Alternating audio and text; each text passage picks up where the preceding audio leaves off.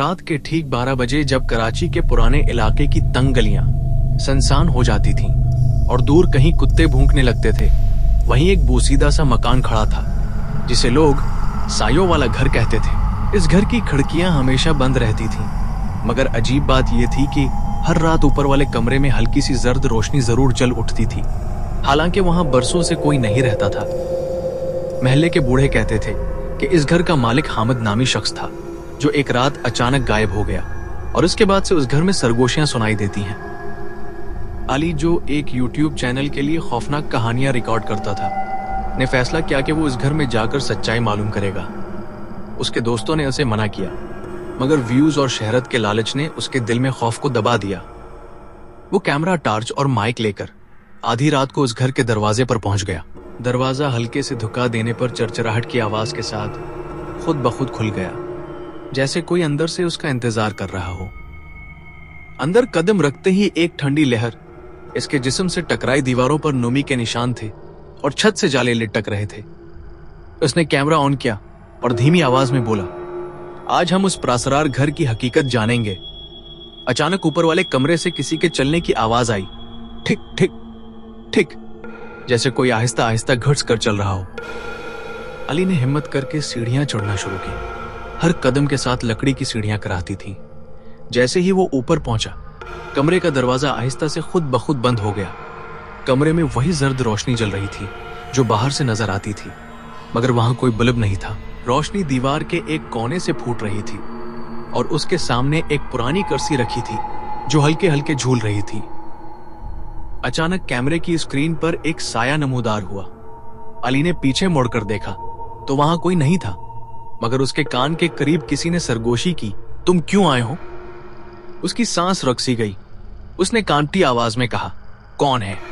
सामने आओ। जवाब में जोरदार कहकहा गूंजा जो पूरे कमरे में फैल गया। दीवार पर अचानक खराशें बनने लगी, जैसे किसी ने नाखूनों से अल्फाज लिखे हों, वापस चले जाओ। अली का दिल तेजी से धड़कने लगा, मगर उसने हिम्मत न हारी। वो दीवार के करीब गया तो अचानक फर्श हिलने लगा और कमरे का दर्जा हरारत यकदम गिर गया। इसकी सांस से धुआं निकलने लगा। कैमरा बार बार बंद हो रहा था, जैसे कोई गैर मरई ताकत इसे रोक रही हो। फिर कमरे के कोने में एक धुंधली सी शक्ल उभरी। वो एक लंबा सा साया था जिसकी आंखें सुर्ख अंगारों की तरह चमक रही थी। इसके हाथ गैर मामूली हद तक लंबे थे और इंगलियां तेज नोकीली। वो आहिस्ता आहिस्ता अली की तरफ बढ़ने लगा। हर कदम के साथ कमरे की दीवारें स्याह होती जा रही थी। अली पीछे हटते हटते दरवाजे से टकरा गया, मगर दरवाजा बंद था। उसने पूरी ताकत से खोलने की कोशिश की, लेकिन वो जैसे पत्थर का बन चुका था। साया अब बिल्कुल इसके सामने था। उसकी आंखों में झांकते ही अली को अजीब मनाजर दिखाई देने लगे। हामिद उसी कमरे में बैठा चीख रहा था, मदद के लिए पुकार रहा था, मगर कोई उसे सुन नहीं रहा था। फिर वही साया इस पर झुपटा और सब कुछ अंधेरे में डूब गया। अचानक अली को लगा जैसे कोई इसे खींच रहा हो।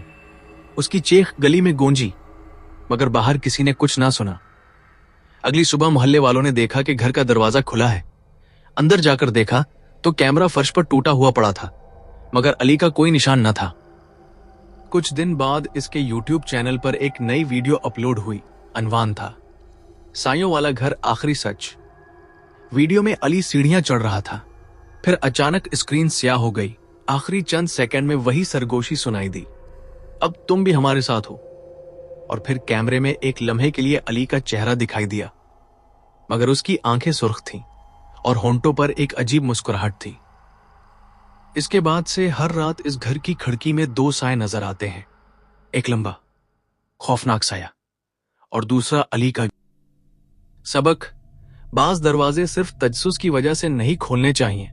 हर राज जानना जरूरी नहीं होता, क्योंकि कुछ सच्चाइयां इंसान की बर्दाश्त से बाहर होती हैं और लालच इंसान को ऐसे अंधेरों में ले जाता है जहां से वापसी मुमकिन